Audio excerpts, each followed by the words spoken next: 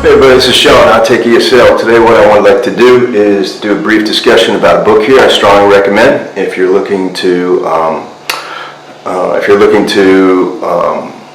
ways to approach your classroom, your ESL classroom. This is a great book and that I strongly recommend for doing that. This is a book that was given to me by a good friend of mine that met in English, Wenpei. I was given as a kind of a act of recognition for the teaching I was doing there, and I found it a great assessment tool. Even though I was 6 years into teaching at that point, this book really gave me a lot of clarity on how far I'd come and where I was being successful and where there were certain areas that I might want to improve my teaching. So it's been a really helpful book to look at, and I would strongly recommend it to anybody who's trying to figure out a way to approach their ESL classroom. It's not so much just a book about games and activities. It's really sort of focused on, well, how to make those activities effective and what is a good approach to doing that. Now it starts off here in a very general sense. Chapter 1 is basically how to be a good teacher, and then it kind of goes into how to be a good learner, how to manage teaching and learning. And it kind of narrows itself into sort of more specific aspects, like how to teach reading, how to teach writing, how to teach speaking, listening. And then it even goes as far as to say how to teach, how to choose a textbook. And this is all really helpful stuff, all stuff that is good to sort of have an approach for when you're teaching ESL. Now each chapter starts off with bullet points, what's going to be discussed in that chapter. And then it starts off with kind of a general discussion of that topic, and then it gives you sort of 3 different levels, proficiency levels, that it looks at: elementary, intermediate, and advanced. It will give you activities. It presents an example of an activity that is effective, and it kind of describes why it's important to use that activity and what are the aspects of that activity that are that are important to sort of stay focused on.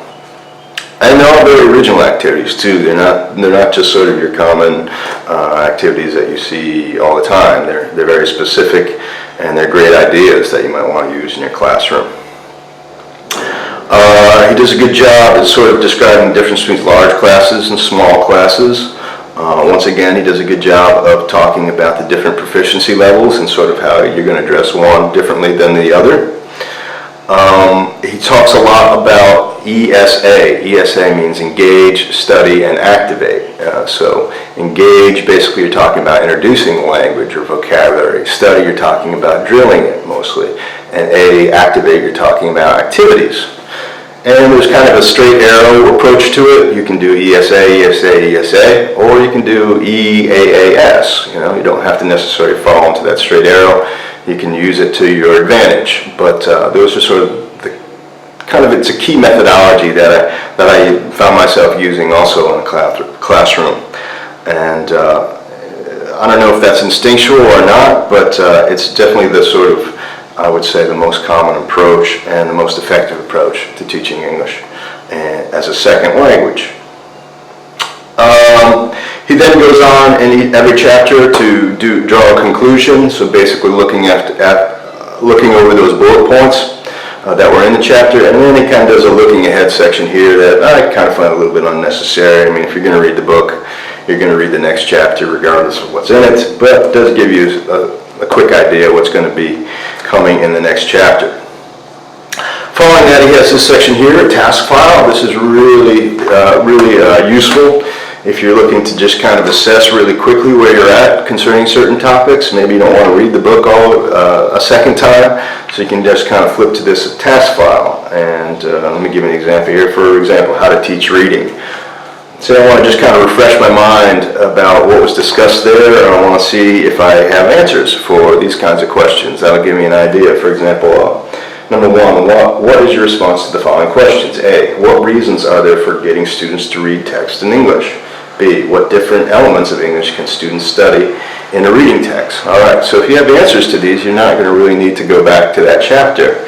But if not, you might want to go back and say, well, gee, what was his idea? Or you want to compare your ideas to what was spoken in the chapter and see if you're in agreement. It's a really great assessment tool to see what you're taking away from this book and also where your approach might be different from the authors.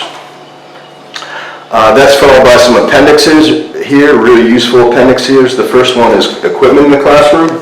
This is great because you want to think about those practical aspects. You want to think about, okay, what do I need when I'm going into class today? Okay, I need a video camera, but what do I need that video camera to do? You know, do I need it to rewind very quickly? Do I need to locate my plate, be able to locate spots in the video very quickly?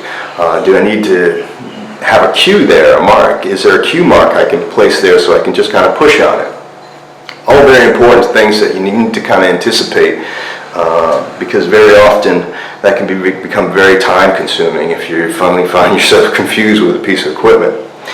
So it's unavoidable. A lot of times you're using the equipment provided for you, so you're kind of stumbling over it. That being the case, I tend to go early into classroom to the school and try and figure that out all before class commences, you know.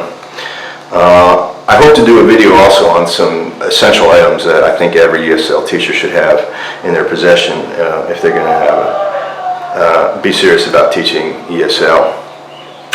The next appendix here is just kind of notes and further reading. It goes through every chapter. It gives the articles and books that you want to check out for the different topics, all very useful. And the last one, of course, is phonetic symbols. Very useful chart if you're doing phonics and things like that. But it's a great book, so I would strongly recommend it. Once again, it's even more, I think, useful than a lot of the certification courses I've taken. But